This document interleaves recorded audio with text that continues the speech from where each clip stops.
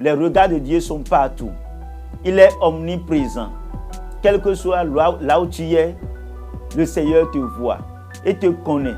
Il vaut mieux répondre à son appel, respecter ses principes, aller dans la direction qu'il t'indique. C'est pour cela que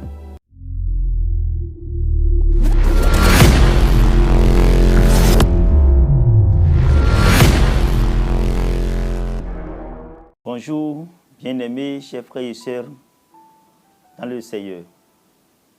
Soyez les bienvenus à notre rendez-vous hebdomadaire. Vous êtes en direct avec le pasteur Pierre Mélénou Kemponwi de l'église baptiste de Védocor, cité de l'Espérance, à Cotonou, au Bénin. Ce matin, nous allons essayer de répondre à une question, si c'est possible. Mais l'idéal serait que chacun réponde à cette question. Une question très intéressante, une question très profonde, mais très simple. Mais avant, prions le Seigneur. Père éternel, nous te rendons grâce et te bénissons pour la vie que tu nous as renouvelée. Nous voici encore au début d'une nouvelle semaine. Nous avons besoin, Seigneur Dieu Tout-Puissant, de ton soutien, de ta force et de ta lumière pour avancer. Ô Dieu de grâce, viens à notre secours. Renouvelle-nous, Seigneur Dieu Tout-Puissant, nos forces et donne vraiment de partir avec un nouveau élan au cours de cette semaine pour plus de succès au nom de Jésus. Amen. Le texte de notre exhortation se trouve dans Genèse chapitre 3, versets 6 à 12. Lisons. Genèse 3, versets 6 à 12.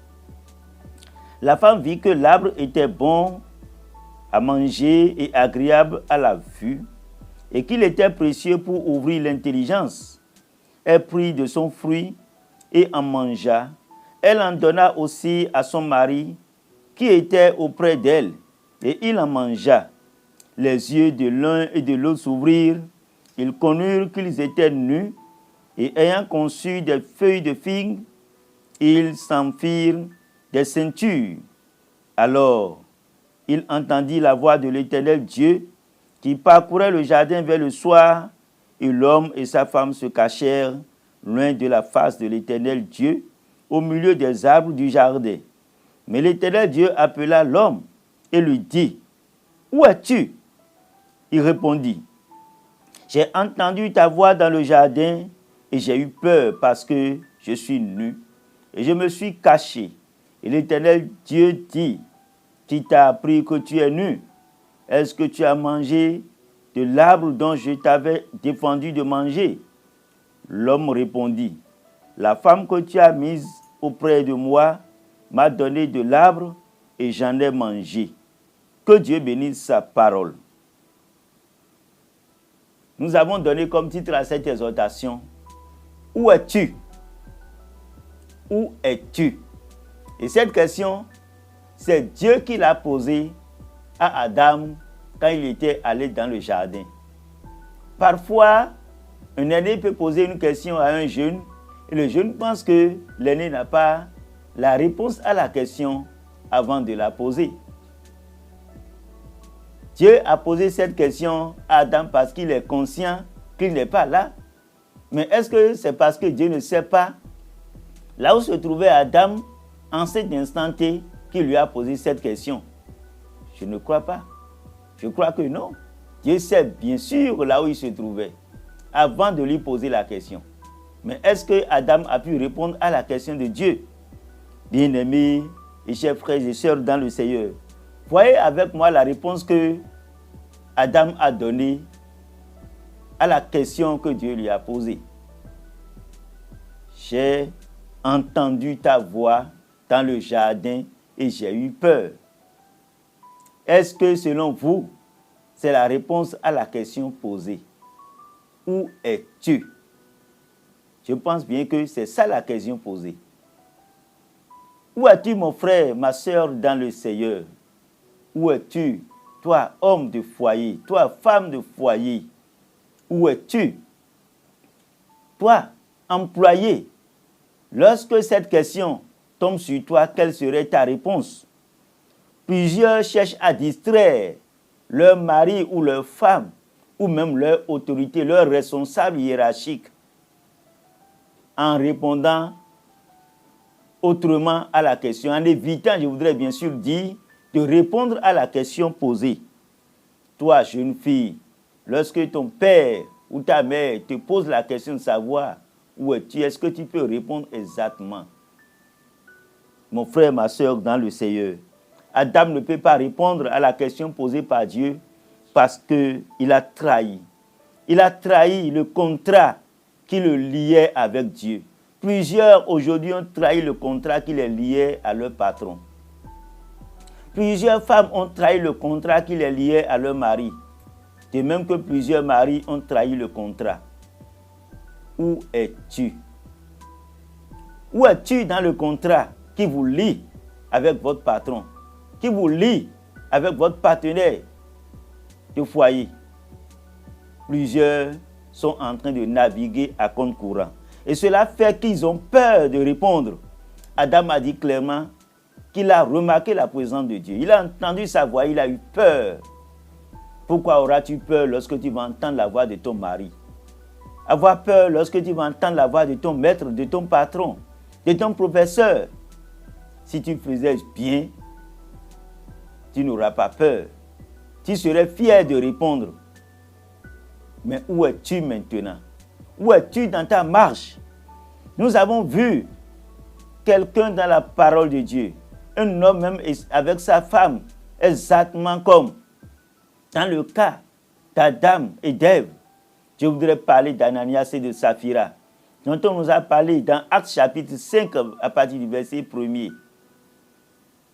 Ils devraient vendre leur champ et amener le revenu pour que cela contribue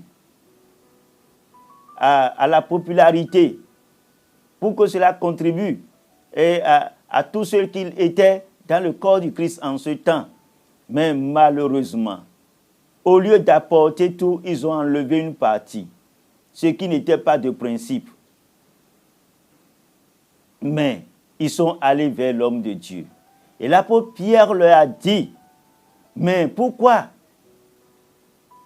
Ananias, as-tu résolu enlever une partie du prix de vente de la parcelle quand ce n'était pas vendu? C'était bien sûr à toi et personne ne t'a obligé. Pourquoi nous choisissons volontairement de trahir au lieu de dire la vérité, au lieu d'aller vraiment dans le sens normal des choses? Bien-aimés et chers frères et sœurs, jusqu'à quand allons-nous continuer par naviguer à compte courant? Nous avons vu Jonas, que Dieu a envoyé en mission. Dieu l'a envoyé pour aller annoncer le message du salut. Lisons Jonas chapitre 1er, verset 1 à 3. Jonas 1er, verset 1 à 3. La parole de l'Éternel fut adressée à Jonas, fils d'Amittai, en ces mots. Lève-toi, va à Ninive, la grande ville, et crie contre elle, car sa méchanceté est montée jusqu'à moi. Et Jonas se leva, s'enfuir à Tarsis, loin de la face de l'Éternel. Il descendit à Jaffo, et il trouva un navire qui allait à Tarsis. Il paya le prix du transport et s'embarqua pour aller avec les passagers à Tarsis, loin de la face de l'Éternel. Jonas, au lieu d'aller à Ninive, là où Dieu l'a envoyé, il a pris la direction opposée. Il est allé payer le prix d'un voyage pour se rendre à Tarsis, loin de la face de Dieu, parce qu'il sait que s'il va annoncer le message du salut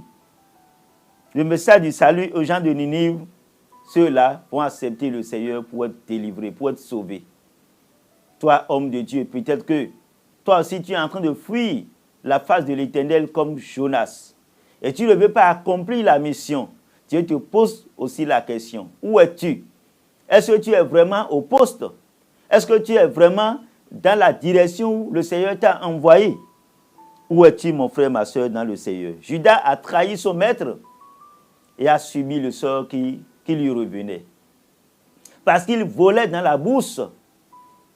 Mais cela ne lui suffisait pas. Il a préféré continuer dans le même sens, dans le sens opposé. Bien qu'il était avec le maître, il a trahi. Mais il a subi le sort, mon frère, ma soeur, dans le Seigneur. Où iras-tu loin de la face de Dieu? Parfois, l'homme pense qu'il peut se cacher à Dieu. Tu ne peux pas. Psaume 139, verset 7 dit, où peux-tu aller loin de la face de Dieu? Si tu vas là où il est là, si tu descends dans les profondeurs, il est encore là. Parce que Dieu, les regards de Dieu sont partout. Il est omniprésent. Quel que soit là où tu es, le Seigneur te voit et te connaît. Il vaut mieux répondre à son appel, respecter ses principes, aller dans la direction qu'il t'indique.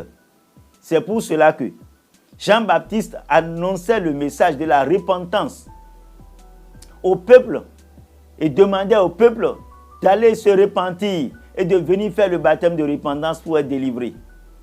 Il préparait le chemin du Seigneur.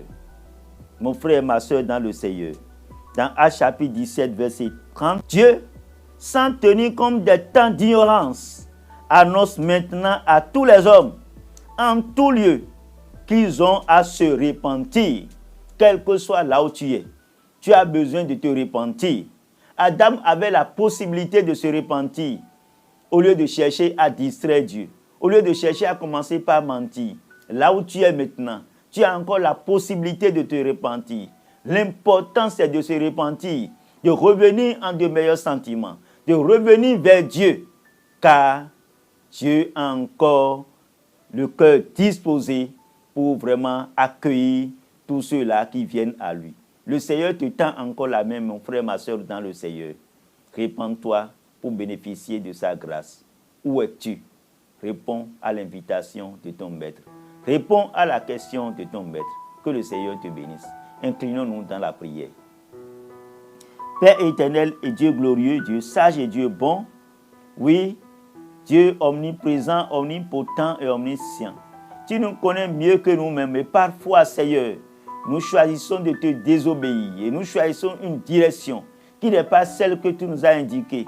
Plusieurs maintenant, Père, sont en train de fuir ta face, en train de fuir la face de leur mari, de leur femme, de leur directeur de société, de leur entreprise, Seigneur. Et tu les interpelles, Seigneur, pour les amener, Seigneur Dieu, sur le droit chemin. Oh Dieu, mon Père, mon Roi, je prie afin que ton Esprit Saint œuvre en chacun d'eux, afin qu'ils reviennent, Seigneur Dieu, tout-puissant sur le bon chemin, afin de bénéficier de ta grâce. Oh Dieu, merci. Merci pour tous ceux-là qui en sont en train de prendre cette résolution, de revenir à toi. Ceux-là qui sont en train de prendre la résolution, de se repentir, afin de bénéficier de ta clémence. Père, merci infiniment. Reçois la gloire et l'honneur au nom puissant de Jésus. Amen.